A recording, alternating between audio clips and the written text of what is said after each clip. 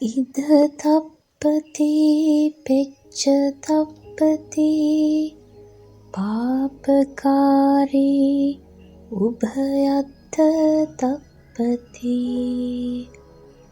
පාපම් මේ කතන්ති තප්පති බියෝ තප්පති දුක්ඛතිං ගතෝ.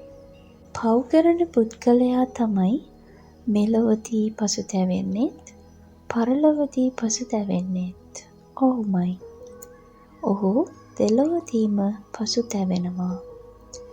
අයියෝ මං පව් කරගත්තා කියලා පසුතැවෙනවා. අපායේ ඉපදුනාට පස්සේ ඔහු ගොඩාක් පසුතැවෙනවා.